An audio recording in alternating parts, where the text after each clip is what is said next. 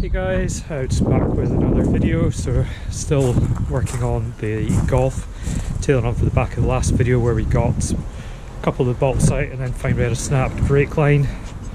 So today hopefully what we're going to be doing is getting that subframe down, getting the new one fitted, so that's arrived. I'll show you that in a little bit. Then we've got a couple of snap bolts to extract, so we'll get them out of the body and then we'll be cracking on getting the rear end of this carpet back together. So that's enough chat for me, so let's sit you down somewhere and we'll start working.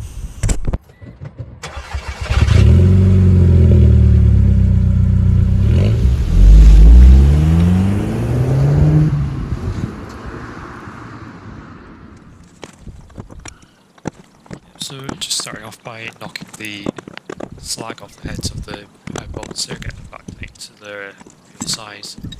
I'm going to heat the butane and propane gas mix, get them nice and hot so they loosen them off. As you know, I've snapped off two of them on the opposite side, so I want to repeat that.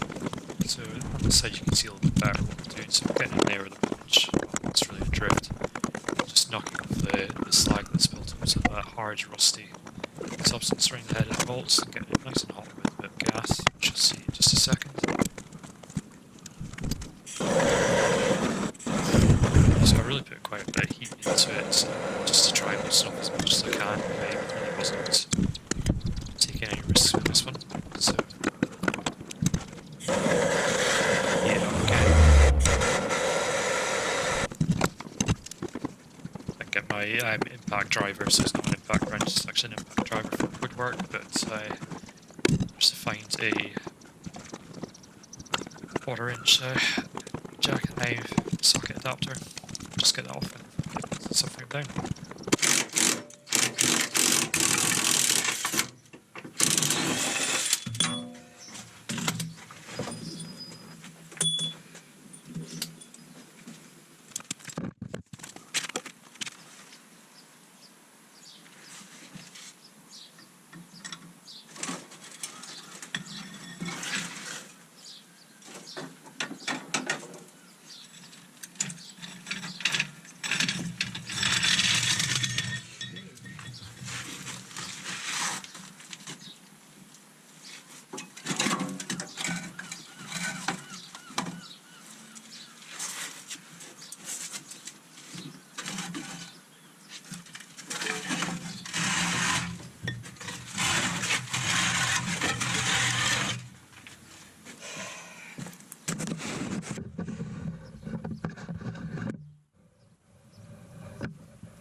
Words cannot describe how fucking happy I am that that's out.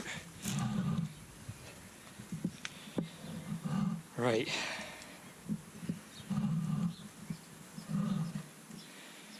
On to the next challenge.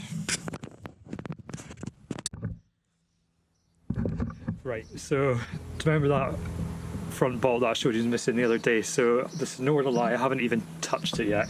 I just went to see how tight it was, you know, as you do, and this actually is just coming out by hand, which is absolutely insane. So I mean, you can see how corroded that was. There's quite a lot of diameter emissions from that shank. So what this is caused by, there's actually quite a lot of slack built into the subframes in these cars, and if these loosen up, the subframe can sort of wiggle around, and that, along with the corrosion, eats away at the steel of the bolts, which then weakens them and causes them to snap. So I've actually got a solution for that I'll show you guys when I'm fitting the rear subframe. I've got the same for the front subframe. Those of you who are familiar with this cars will probably already know what that is. But yeah, I'll get back to that in the meantime. So when I was taking this out, it actually snapped the rear bolt as well. I don't think that's going to be quite as friendly, so I'm going to set you guys up in a hopefully good enough position and I'm going to attempt to get that out. So yeah.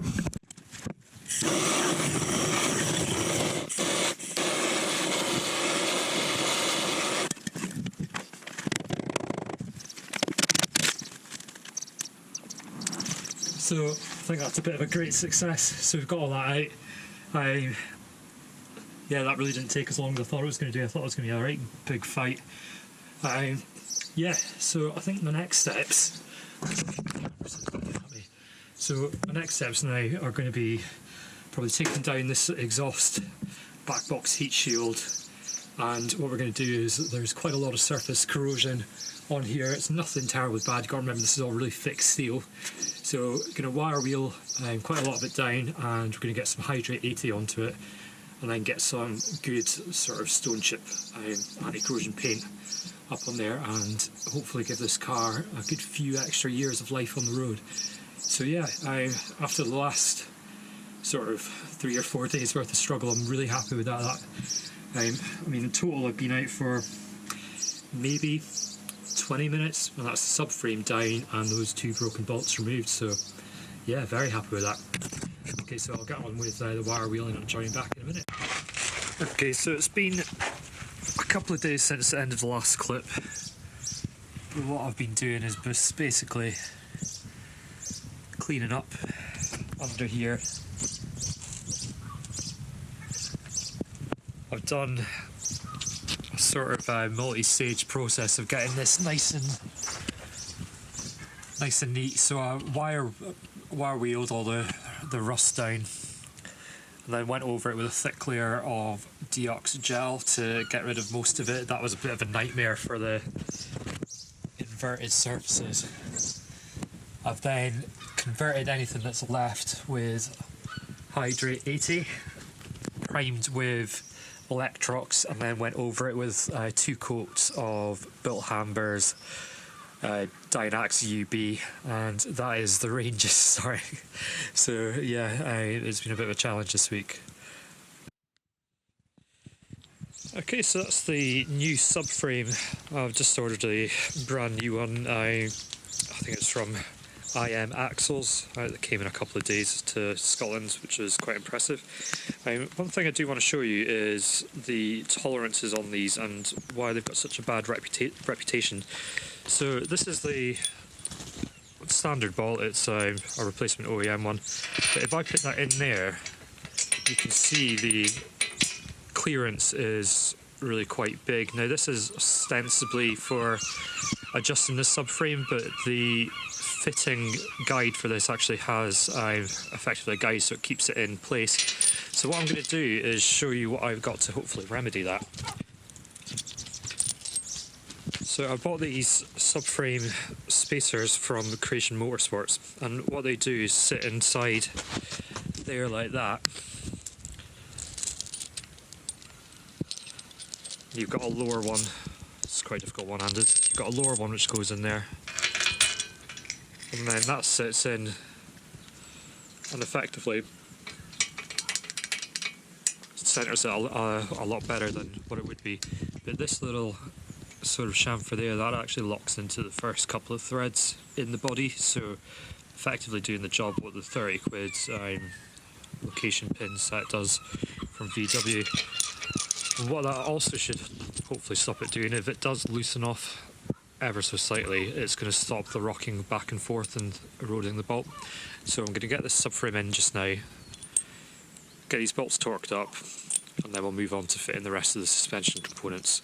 What I've also done as well, before I fitted this, I've given the top side of it a good spray with Dynax UC, because obviously that's going to be difficult to get to once it's in place. So I'm going to set the camera up and look at seeing getting this subframe fitted. Okay, so my first step is going to be just fitting it in loosely with the bolts. I'm not going to try and get the locking collars in straight away because that's going to be a bit fiddly, so get it in there supported by the bolts, and then I can go around one by one and fit those locking collars, wind up the bolts, and then torque it to spec.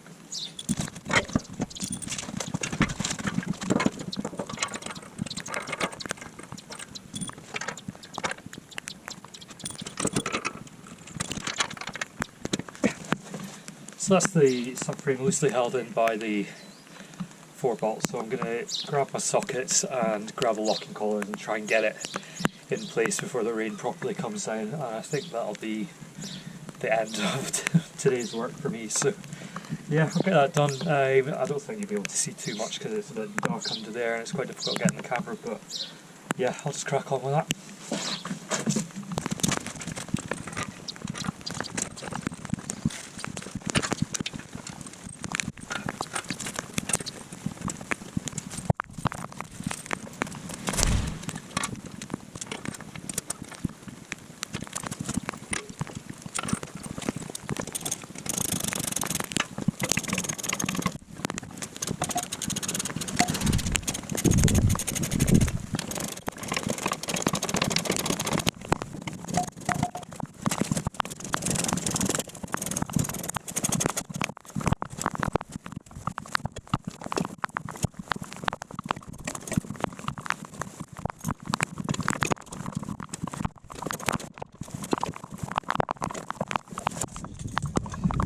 Get the torque wrench.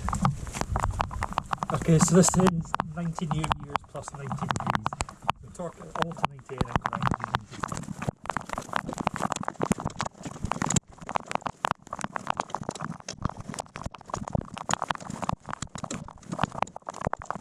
So that is the subframe fitted. Let's see if you can see anything. So yeah, it's all nice and black. And I'm going inside because I am soaking wet. Alright, I'll join you when it's dry.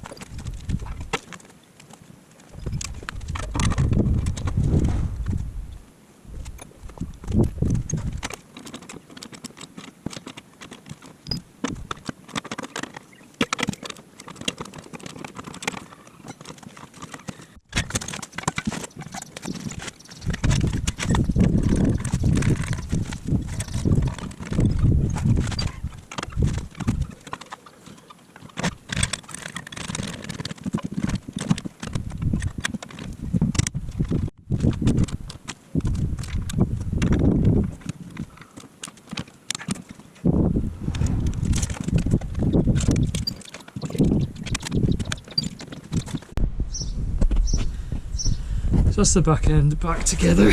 I've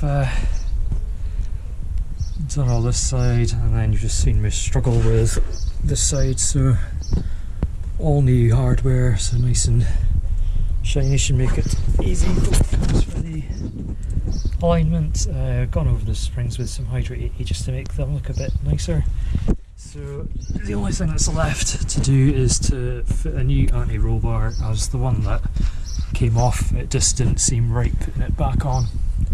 Then obviously fit the anti-roll bar droplets, which just go up in there and behind there, and then getting it back together, and then obviously tackling that broken brake pipe. So I'll just swing around and show you where that is. So we've got that broken brake pipe. I've got a nice kit coming, so we're going to learn how to do that on the car together, so that'll be quite an interesting one.